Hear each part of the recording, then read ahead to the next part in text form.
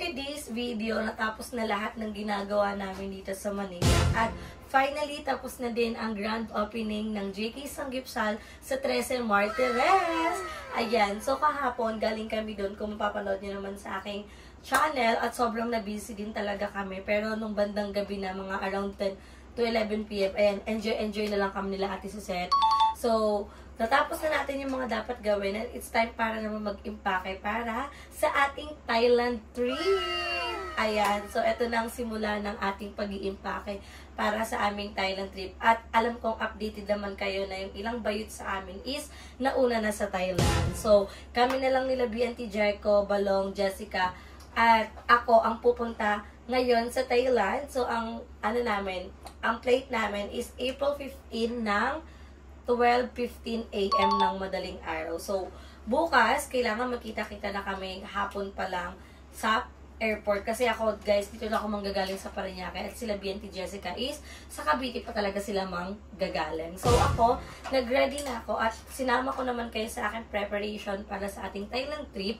At nakita nyo naman kung ano yung mga paghahanda na ginagawa ko. So, ngayon, mag-i-impake tayo at wala tayong ibang gagamitin kundi ang niregalo sa ating maleta ni BNT Jessica. So, kung maalala nyo, itong maleta na to ay nagamit ko na to sa ating first out of town, which is yun ng Palawan. At magagamit naman natin ngayon sa ating first out of the country, kundi sa Thailand. So, ayan. Saan ba tayo mag-start? Sa pag-i-impake o sa ating muna?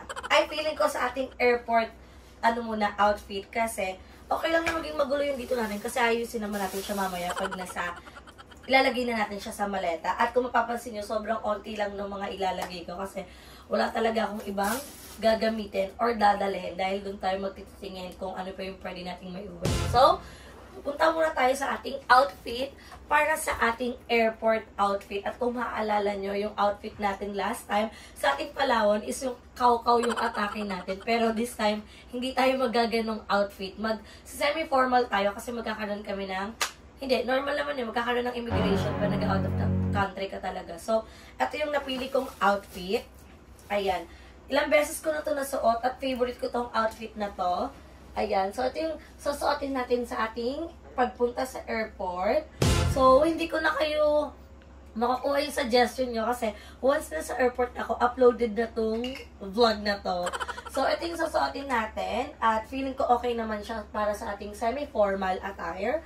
At mag-outfit tayo ng bongga dun na sa Thailand. Kasi, pero pwede naman after ng interview, pwede ka magpalit. Pero ako, ito na yung outfit ko hanggang Thailand at dun na lang ako magpapalit once na may pupuntahan pa kami. Kasi madaling araw na kami makakapunta dun. So, for sure, tulog na after kakain, tas tulog. Kasi mag-start yung umaga namin ng April 15 sa Thailand. At mabilis lang naman yung biyahe. Parang 2 to 3 hours ata.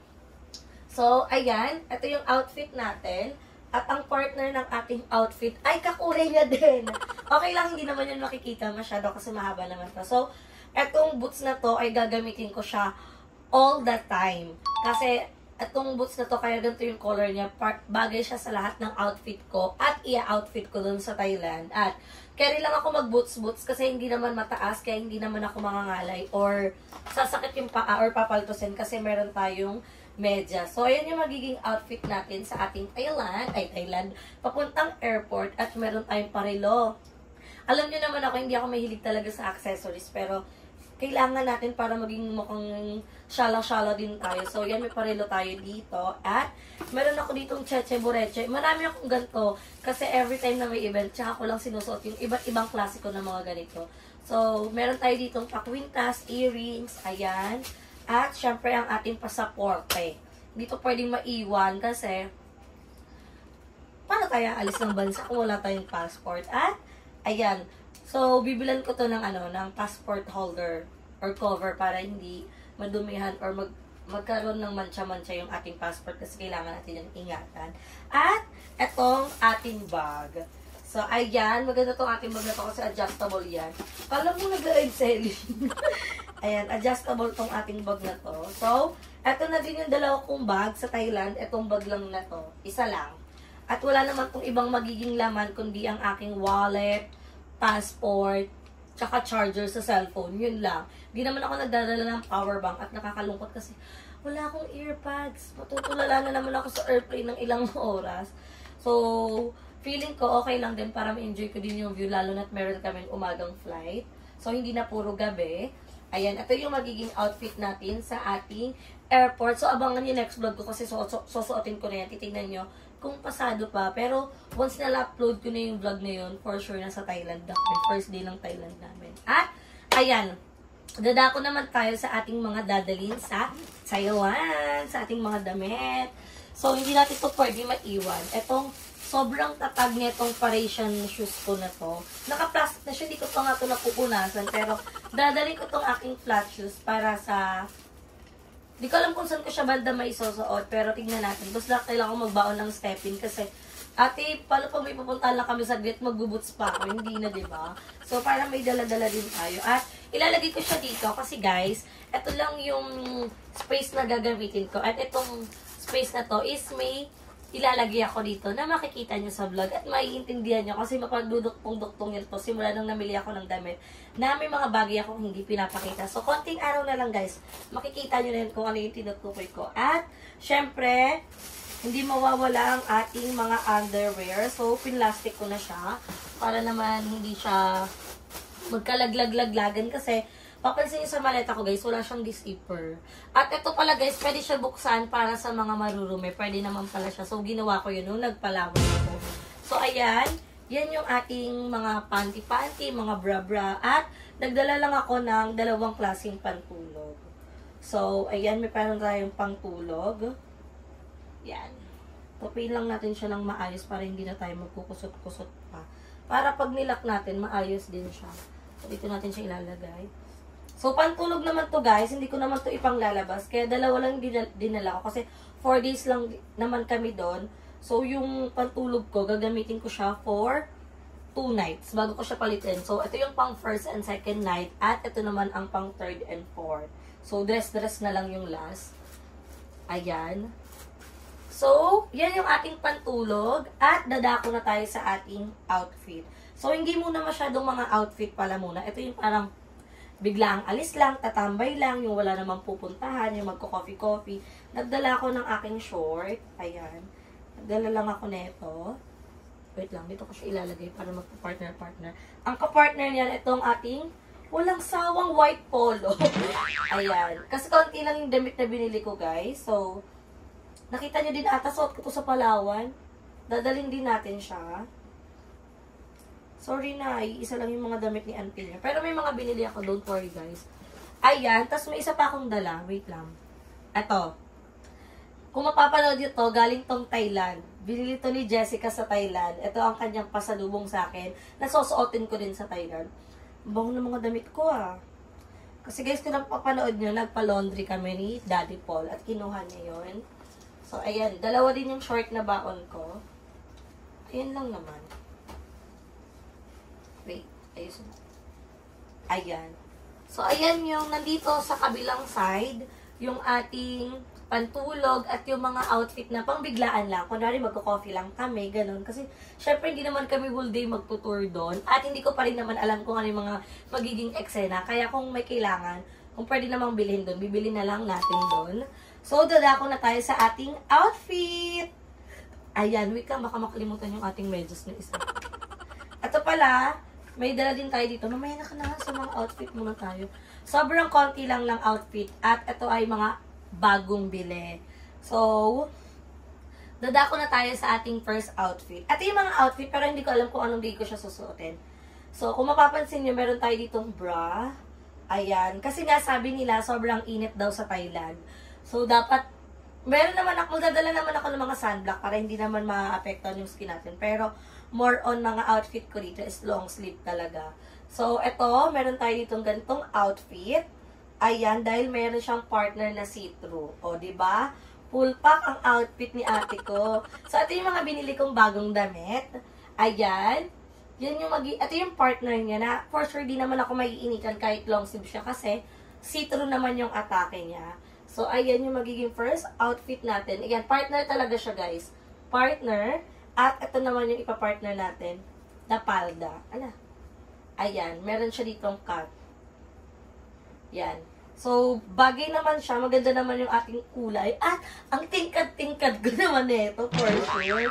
Pero carry lang, i-push na natin yan. So, ito yung outfit natin. At, ayun, hindi ko pa naman alam kung kailan, kung outfit yan isusuot. Tignan lang natin. So, ito yung mga bago kong biniling damit. At, magagamit ko rin to pag may outing kasi, syempre, see-through pang cover up din. So, ayan. Yan yung ating first outfit. Ang second outfit natin, ganun ulit si ate mo, girl. Ito naman, ito kasi orange. Ito naman red. Wait lang, parang baliktad yung part na. Ay, baliktad nga. Wait lang. Baliktad. Ito yung magka-partner, no? Ito pala yung magka-partner, guys. Sorry. Parehas kasi.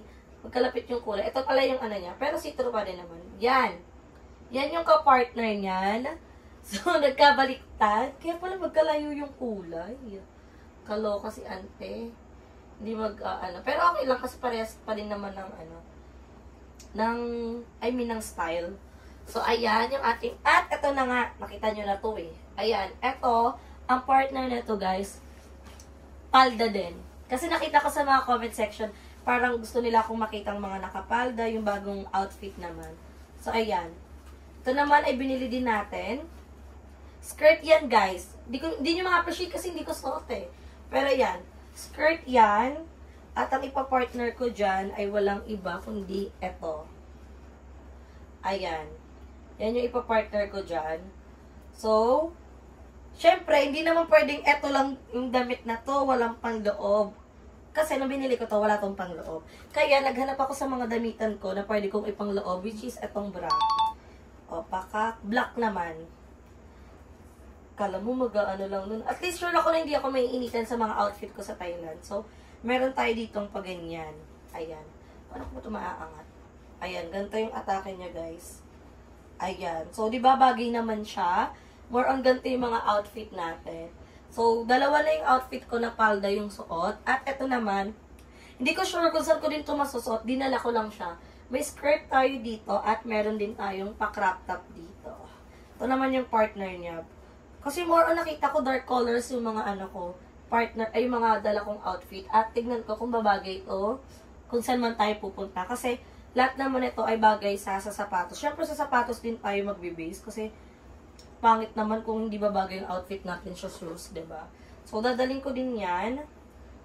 Bahala na kung ano-ano yung mga susuotin natin, titignan natin. Kasi wala naman kaming, color coding kineme. So, ito, kailangan ko tong cycling na to. Kasi, syempre, more on ang outfit natin ay palda. So, kailangan natin mag-cycling. Para hindi lang tayo naka-underwear. Ayan. So, etong next, feel ko ito na yung outfit ko pabalik ng Manila. Ayan. Meron tayo ditong, ganyan yung atake niya. Ano siya? Pantalon siya, pero may palaklak lang siya dyan. Tapos, itong ating long sleeve na, na damit.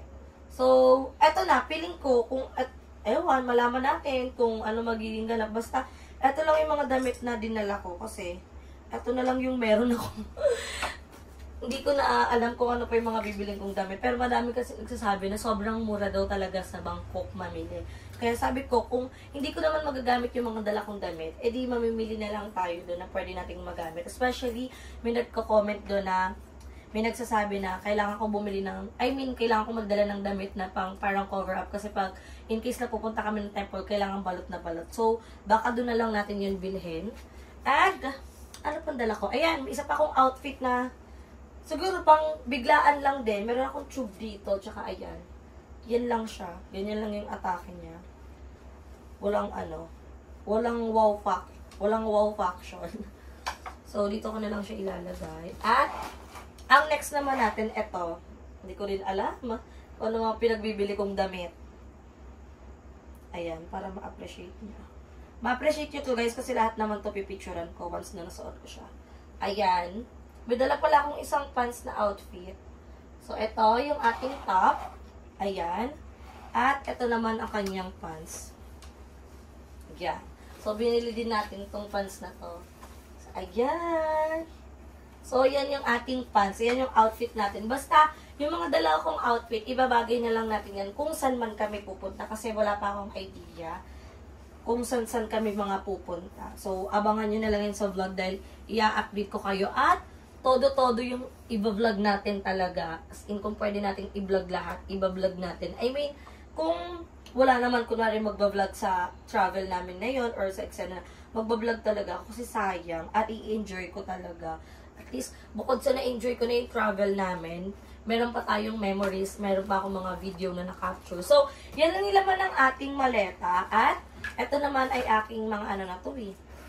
Mga skincare, yan, may pulbo ko dito, etong shades. Magagamit ko lang siya pag dumating na ng Thailand, hindi ko siya magagamit. Ay, magamit ko siya bukas pala. Ilalabas ko to. Kasi hapon ako aalis. At, pabango lang.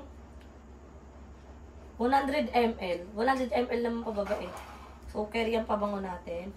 At yung ating pang-kilay, yung pang-skincare sa ating kilay.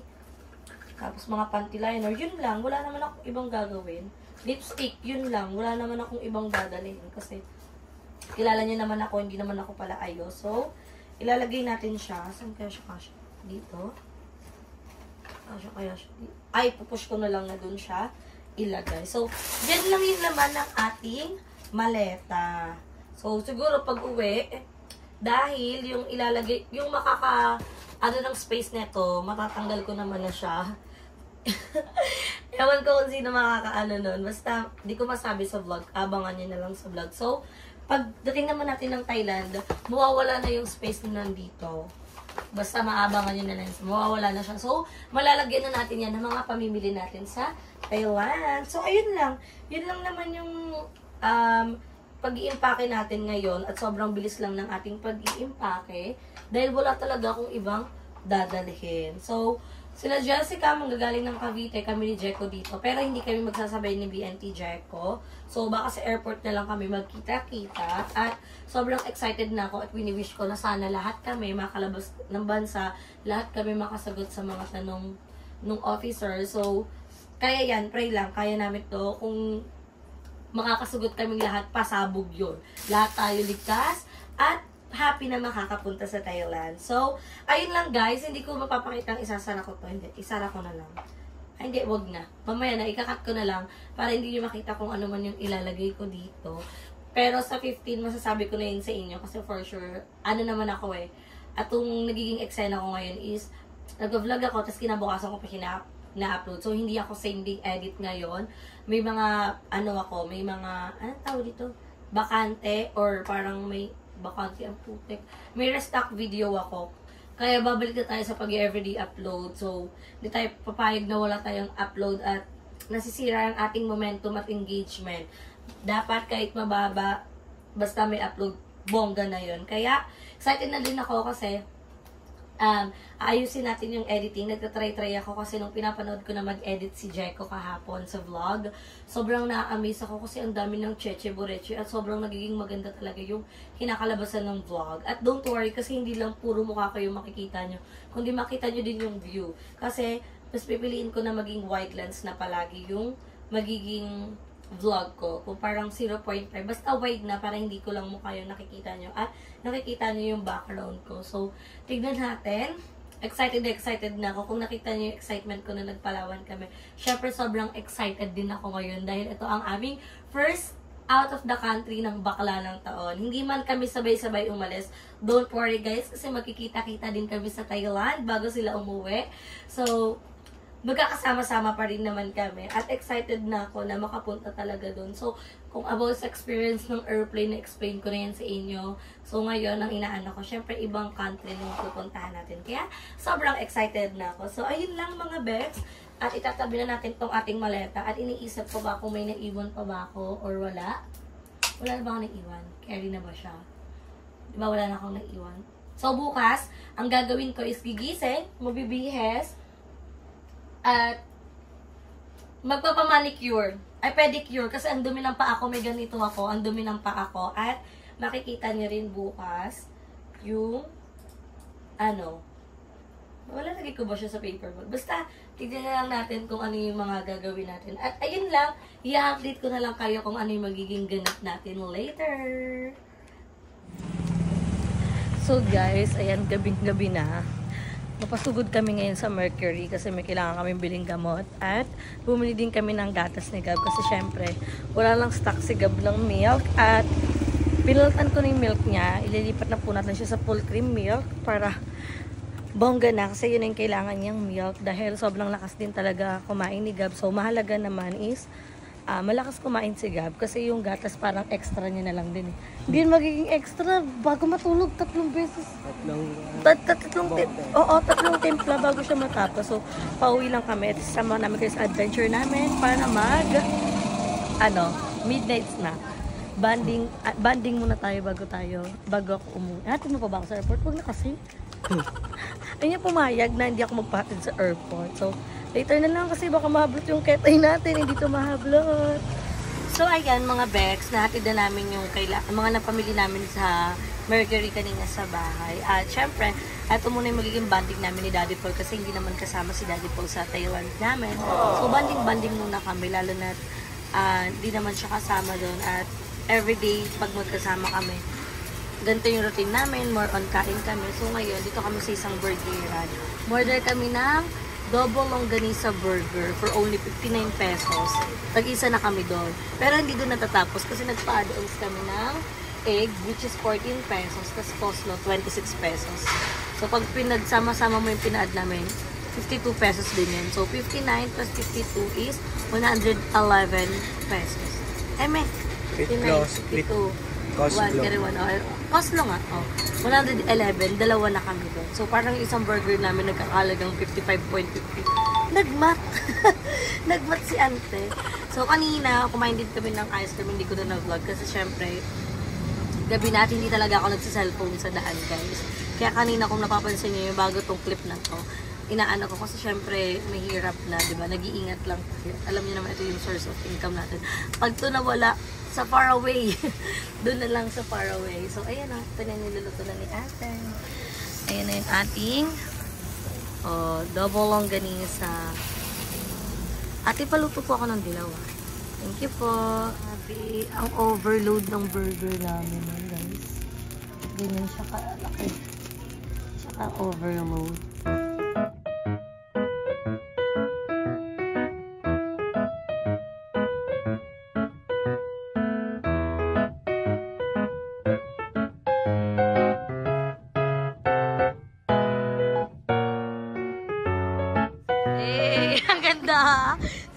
Uy, ang dami ka. Di ba naalala mo, nag-vlog ka? Ay, nag-vlog ako. Binigyan ka ng flower ni Love. Tsaka ng namimiss daw nila yung kaanuhan mo. Kamulitan mo. Wala, isa na kasi siyang masama talaga yung loob ko that day. Masaya na masama yung loob. Di ba? Isa na kasi siyang Disney princess na may pagka-Fiona, na may pagka... Halo-halo na. Ibigay mo muna yung tubig nila, te. Nauhaw na yung mga senior. Uy, ang pangit ko dyan. Ang even skin tone ako. Tinan mo, itim na mukha ko yung liig ko. Di, fresh ka dito nang walang makakapag-ano sa'yo. Tapos aangilan ka pa, Pak, Lorita Cadena. Kadula. Taray, suset Cadena. Ay, bla. Nanonood pa naman, hi, love. Ala, parang Balong Fernandez na yung Bakit, ano mo na kami? Shoutout mo na si Lab. Kulot muna kami. Ay, kulot kayo ni Lab? Charis! Ano? Si Pai nga din eh. Charis lang. Bigay mo na yun, ayun si Kum. Hindi ka Uy! nabanggit yung pangalan. Anong Mark? Yung driver nyo Yung driver nyo, bet mo Mark pala pangalan. Hindi Mark. Yung nagbigay ng bulaklak-lak. Laklak. Si Richard nagbigay. Si Richard nga. Hi, Chard. Sana masaya ka. Sana bigyan mo pa siya ng flowers. Sana baby naman. Ay! Uwi na si Larv. Uwi ka na, Larv. So, ano Tagal niyan. Sago muna tayo. Ganyan. Ay, si CEO. CEO Kevin. CEO. Mahulog ka dyan. Hindi yan. CEO. CEO. Kevin. Hi ka nga. Hi. Hindi ka mapapagod. Mare! Mare! Hi ka, Mare! Mare, hi! Uy, Mare! Ay, sarap pa. Daming tao. Total Paano?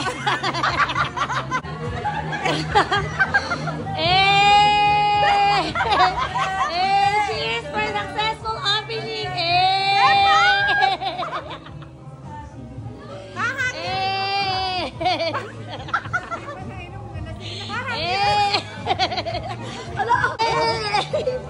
Ano lang to? Cherish the moment of CEO Jessica. Ang puso!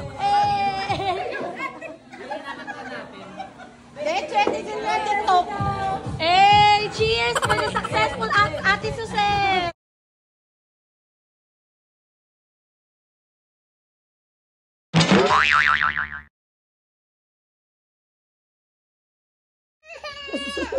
Sarap punta. Natakasan ka. Paano-ano ka kasi? Paano-ano ka? Paano-ano ka? Asa na? Gab! Dito si Daddy! Ito si Daddy! Pataka-taka ka kasi. Natakasan ka tuloy ni Daddy.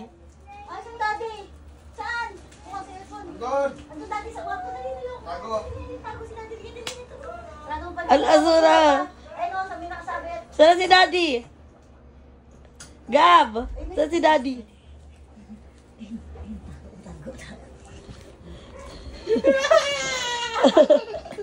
Ikaw ka, paano ka kasi, ha? Paano ka?